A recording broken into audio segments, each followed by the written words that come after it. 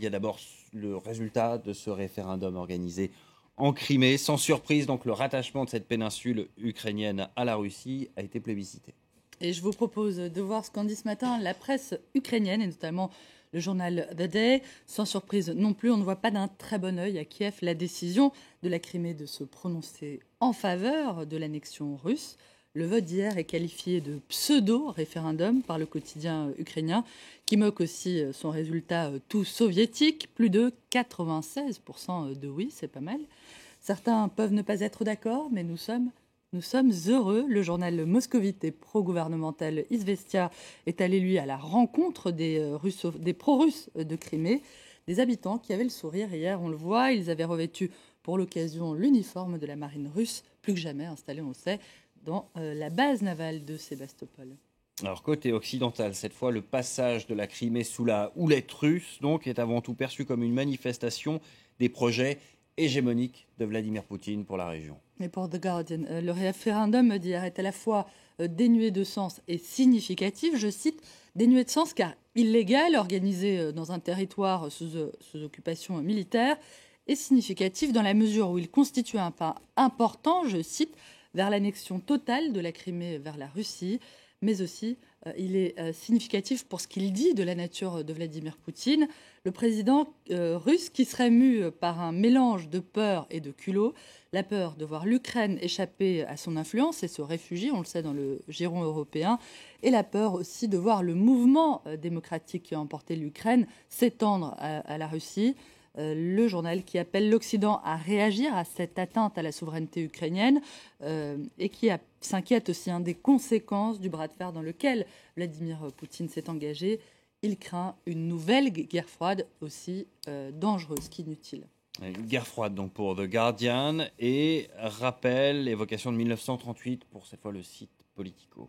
Oui, si Poutine voulait faire encore mieux pour ressembler à Adolf Hitler version 1936-1938, il ne lui resterait plus qu'à se laisser pousser la moustache. Voilà ce qu'écrit le site américain pour qui, hormis ce détail, tout serait là.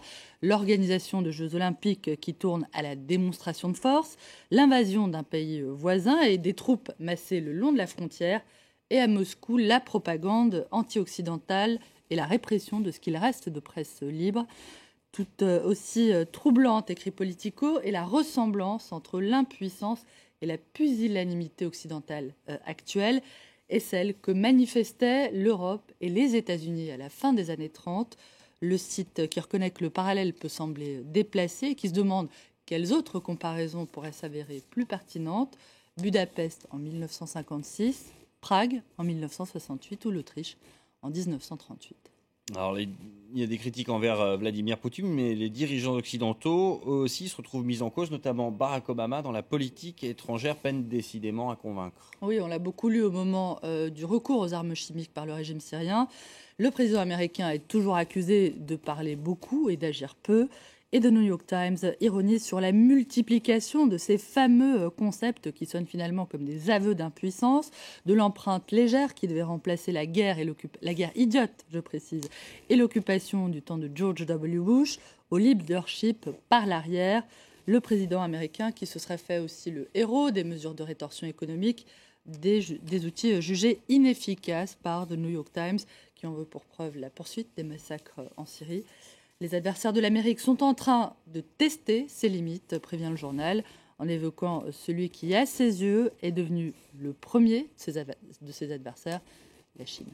Et on termine cette revue de presse internationale avec ce mystère qui entoure toujours ce vol de la compagnie Malaysia Airlines qui a disparu, cet avion que l'on recherche depuis plus d'une semaine maintenant. Oui, d'après le journal malaisien The New Straits Times, les derniers mots adressés à la tour de contrôle de Kuala Lumpur, tout va bien, bonne nuit, auraient été entendus après la désactivation des systèmes de communication permettant de localiser cet avion. Désactivation qui se serait déroulée elle-même en 2 temps, ce qui conforte bien sûr l'hypothèse d'un détournement de l'avion, d'une action délibérée. Mais qui a prononcé ces mots ? Rien pour l'instant ne permettrait d'identifier leur auteur. À suivre. Donc, tout va bien. Bonne journée. Hélène Frade, on se retrouve dans un instant avec un nouveau journal, mais aussi le Focus. Le Vatican met en place une commission de protection de l'enfance, une réponse aux critiques des Nations Unies contre le Saint-Siège après les scandales de pédophilie. À suivre, le reportage de notre correspondante en Italie. À suivre également le sport. Novak Djokovic remporte son premier tournoi de la saison. C'est celui d'Indian Wells aux États-Unis. À tout de suite.